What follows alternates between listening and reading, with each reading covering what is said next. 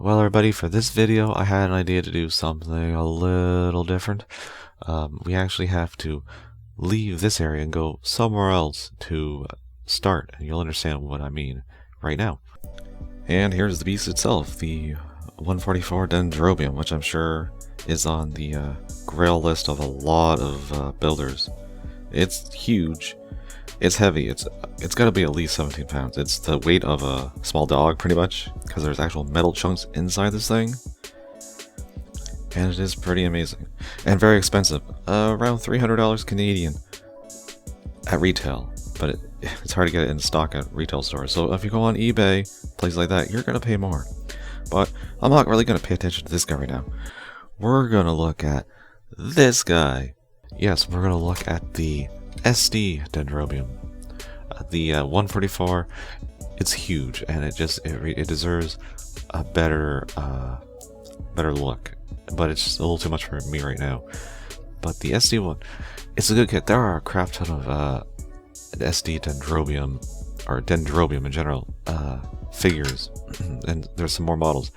There's a 1/200 model, I believe. There's another one, I don't know the scale, but it's a 2-pack with the Noisiel. And then there's a Converge. There's a Gundam, what is it, Mobile Suit Action figure of it, which I think is close to the 144, but I don't think it's exact. But a lot of those are pretty pricey.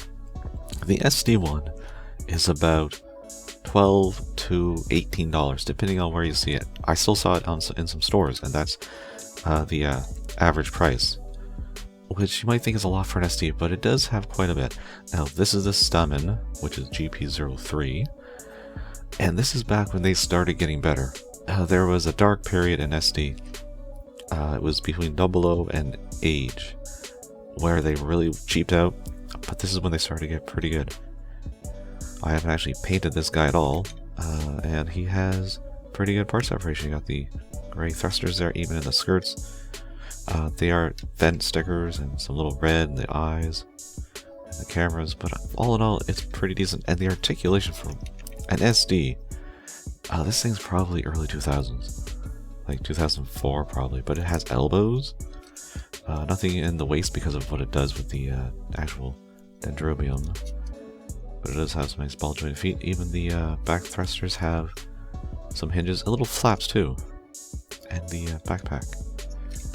And even though it comes, like, it has the mobile armor, it does come with its own set of weapons. You got the shield, which has a little hole in it, I don't know why. And then you have the beam rifle, which is not that bad. It's a little holey on the one side here, but all in all, I'm pretty happy with it. But they also give you the bazooka, which is very holey on the one side.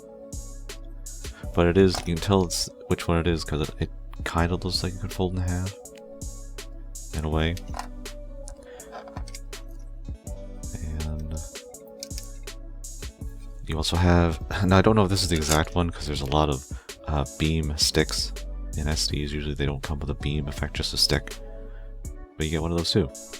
So this guy by himself, the GP03, is a pretty good kit. Pretty good SD. Very nice.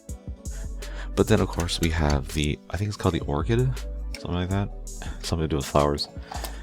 Now this thing itself is pretty nice. Granted, it's all white aside from the thrusters on the back. It's nice that they did that. But it's supposed to be white. There should be a little more detail, like some gray in here probably, and the eye field generator. But for the most part, it's good. Now to put the GP03 in there, it has a big hinge that comes up, and let's get rid of the accessories, make it a little easier. Now this guy also has a hinge. You have to pull forward a little bit to unpeg his crotch, or his stomach, and then you can bring it back. And make sure I don't break them. It is an older kit in my collection, but it does have a hinge there, so I can lean back. And then you can just have him lay in the Stamen. So once you get them all fiddled around with, it doesn't really stand the best. There's a little tab here and a tab here. So you're supposed to peg him into the crotch at the back and then kind of rest him on the stomach.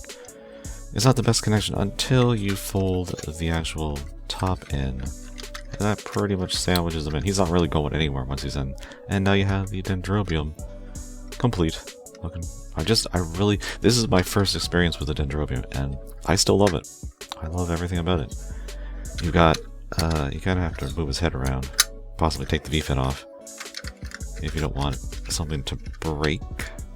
But you can flip open the doors, and it does have molded in pods, which they have missile racks, I think wire guiding, chain mines, and also extra weapons, like there'd be like a bazooka in here and I think a beam rifle.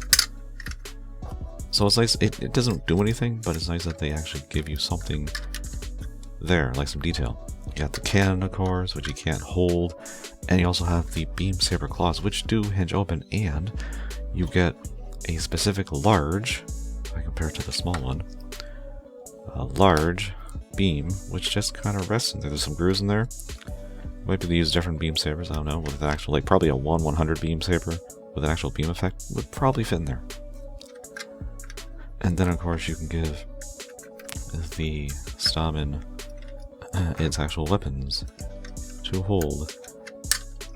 As far as I know, there's nowhere to mount anything. There's no holes I see to put any extra stuff, but I really like this thing. It looks so cool. That right there. I kind of wish it had its own little stand, but it does stay fine on a flat surface. This thing's great, and like I said, it's probably the cheapest Dendrobium you'll find, at least as a model kit. There might be little teeny figures of it, I don't know, that I don't know of, but for a model kit, it's pretty great. If you want to have an experience with the Dendrobium, this is your cheapest one to get. You can actually buy it and not go in debt